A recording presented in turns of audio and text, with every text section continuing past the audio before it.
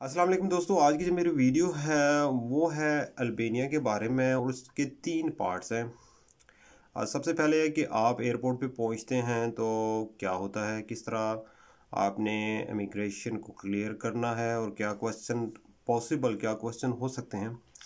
दूसरा इसका ये पार्ट है कि आप एयरपोर्ट से सिटी सेंटर में कैसे पहुंचेंगे, जो उनका कैपिटल है तराना। तो और तीसरा ये जो सवाल अक्सर लोग पूछते हैं कि हॉस्टल्स वगैरह की क्या कॉस्ट है और इसकी क्या प्राइसेस हैं, और खाना वगैरह फूड वगैरह इसका क्या हिसाब किताब है। तो चलें नाजरीन, वीडियो शुरू करते हैं। तो नाजरीन, सबसे पहले ये है कि आपने किसी भी मुल्क से फ़्लाइट ली तो आप जो अल्बानिया का कैपिटल है तराना, वहाँ आप एयरपोर्ट पे लैंड आपने किया। ठीक है, तो सबसे पहले तो ज़ाहिर बात है आजकल आपके पास कोविड का टेस्ट होना चाहिए। ठीक है, कोविड का टेस्ट, उसकी रिपोर्ट आपके पास होनी चाहिए। सबसे पहले तो आपकी वो एक, जैसे ही आप जहाज़ से उतरेंगे तो आगे फिर थोड़ा सा चल के आगे एयरपोर्ट आ जाएगा, एयरपोर्ट की बिल्डिंग शुरू हो जाएगी। हाँ, तो उसमें सबसे पहले तो आपका पीसीआर टेस्ट जो है उसकी रिपोर्ट चेक होगी।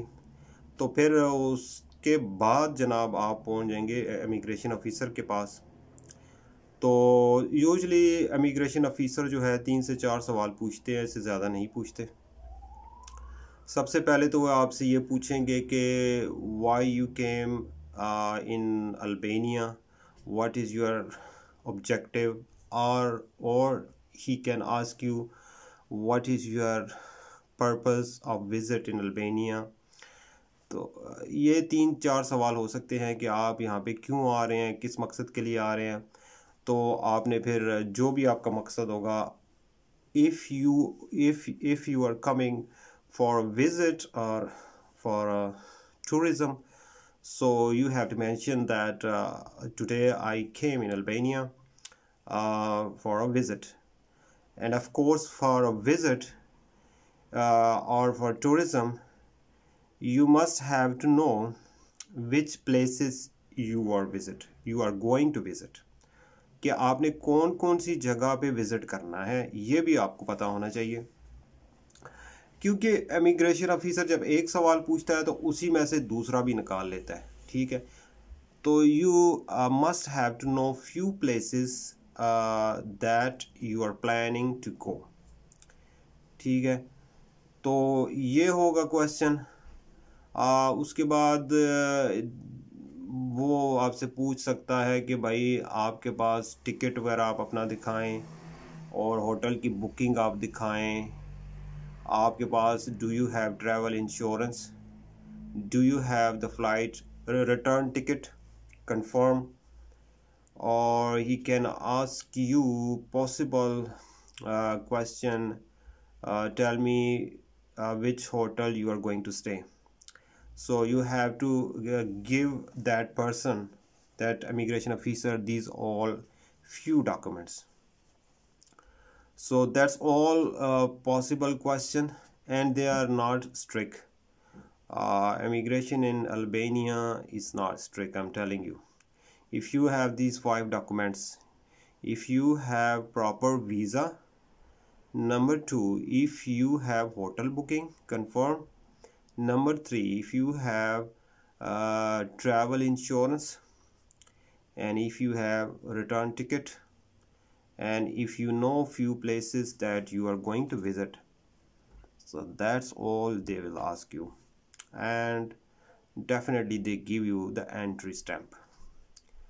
ओके, तो ये है भाई 5-6 सवाल होते हैं, इससे ज़्यादा नहीं। बस ये है कि आपने उस कॉन्फिडेंस से आंसर करना है, और बिल्कुल वो हाल नहीं है जो कि यूक्रेन में है या जॉर्जिया में है। इधर बड़ा ही सीधा सीधा काम है। ठीक है, आप उधर से बाहर निकलेंगे, आपने अपना बैग कलेक्ट करना है। तो एयरपोर्ट की बिल्डिंग, छोटी सी बिल्डिंग है, उसके अंदर आके आपने 2 काम करने हैं। एक तो आपने सबसे पहले आपने लोकल जो वहाँ पे एक्सचेंज ऑफिस होंगे, उधर से थोड़े से पैसे एक्सचेंज करवा लें, ज़्यादा नहीं चेंज करवाने। आप $20 $30 करवा लें चेंज, क्योंकि एयरपोर्ट का रेट और जो आम जगह का रेट होता है सिटी में, ये तो दुनिया के हर मुल्क में ऐसे ही है कि उनके रेट में 15 से 20% का डिफरेंस होता है। तो आप सिर्फ $20 चेंज करवा लें ताकि आपको बस का टिकट और टैक्सी के लिए देना पड़े, तो आपके पास वहाँ की लोकल पैसे होने चाहिए। दूसरा काम आप ये करें कि वहीं से आप सिम भी ले लें, सिम कार्ड एक ले लें, वो भी सस्ता मिल जाता है पैकेज के साथ का, $5 से $10 में मिल जाएगा। इसमें डाटा भी महीने का मिल जाएगा और आपको सिम कार्ड मिल जाएगा और बड़े आसानी से ये काम हो जाएगा। ठीक है, ये 2 काम आपके हो गए। अब आपने एयरपोर्ट से बाहर आना है।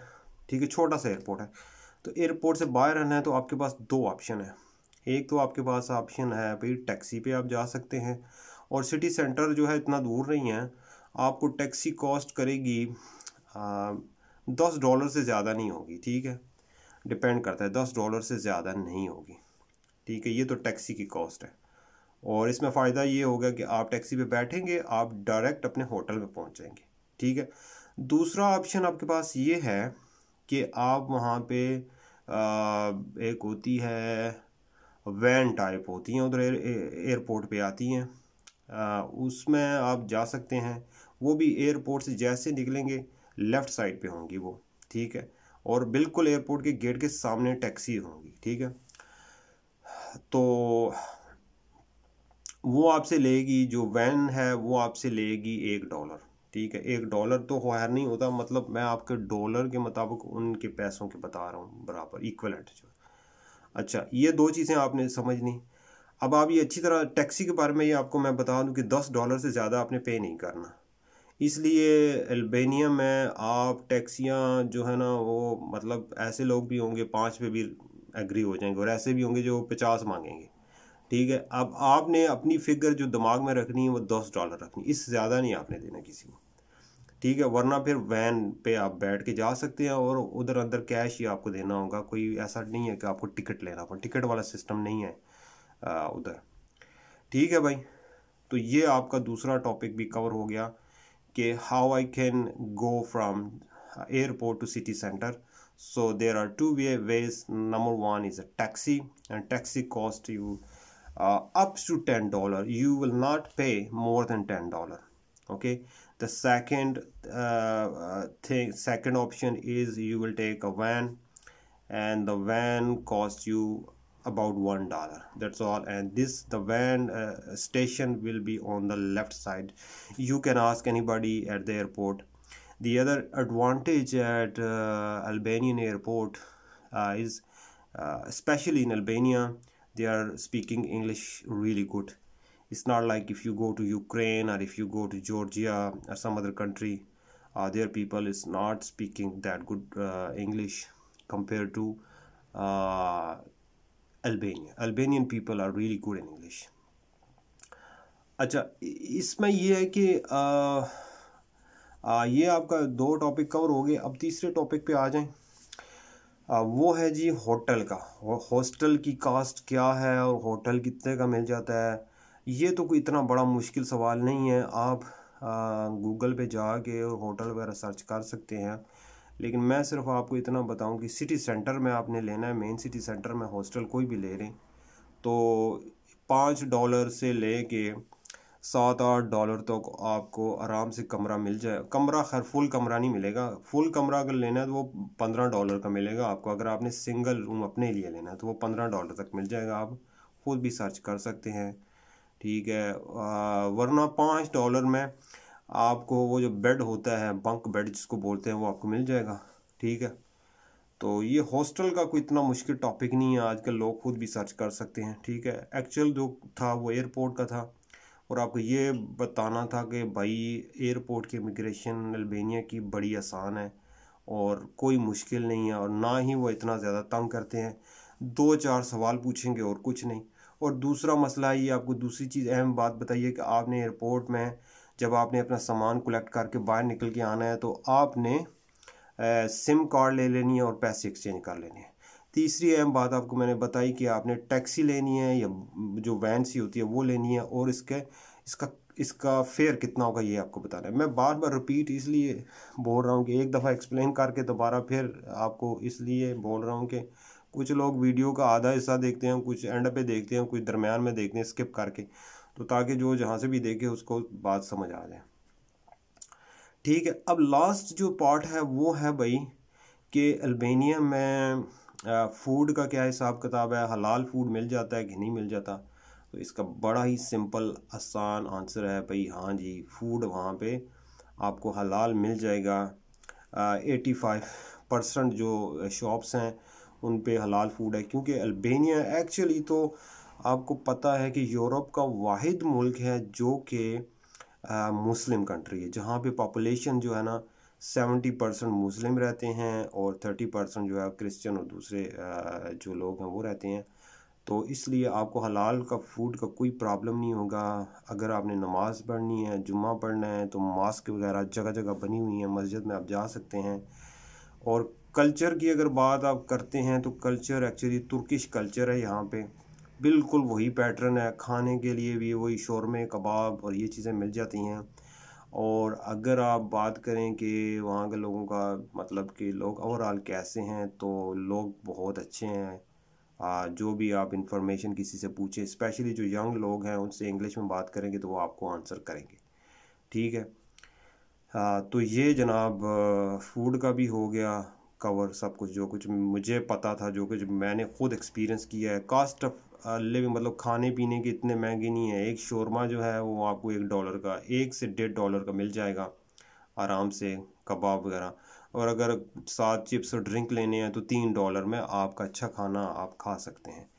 इंडियन रेस्टोरेंट की अगर बात करें या पाकिस्तानी रेस्टोरेंट की बात करें तो एक इंडियन रेस्टोरेंट है, ठीक है, लेकिन यार आप इस बेचारे स्टमक को भी थोड़ा सा मौका दें कुछ और खाने को। अब खा खा के वही चिकन बिरयानियाँ और जनाब वो कबाब और ये छोटे गोश्त बड़े गोश्त, थोड़ा सा इनके इस इन चीज़ों से हट के थोड़ा सा दूसरा खाना भी बंदा खा ले, थोड़ा इससे जो आपका अंदर का सिस्टम होता है वो थोड़ा अच्छा हो जाता है। एक ही किस्म की मतलब उस पर लोड डाल डाल के तो वैसे ही बंदे की हालत ख़राब हो जाती है।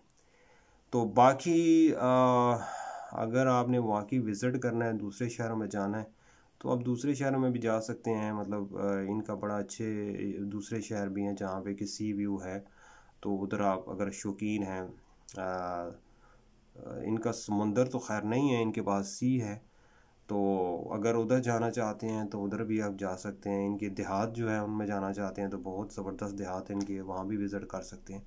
तो ये तो जो ओवरऑल वीडियो मैंने बताई है, ये मैंने ऐसे लोगों के लिए बनाई है जो कि टूरिज़म के लिए आ रहे हैं। अगर कोई और किसी पर्पज़ के लिए आ रहा है तो ज़ाहिर बात है बाकी सारी चीज़ें सेम होंगी, सिर्फ इमिग्रेशन का क्वेश्चन जो है उनमें थोड़ी सी चेंजिंग आ जाएगी। मसलन कि अगर एक स्टूडेंट आता है स्टडी वीज़े पे, तो उससे ज़ाहिर बात है उससे उसके यूनिवर्सिटी के बारे में, कोर्स के बारे में 2-4 सवाल होंगे।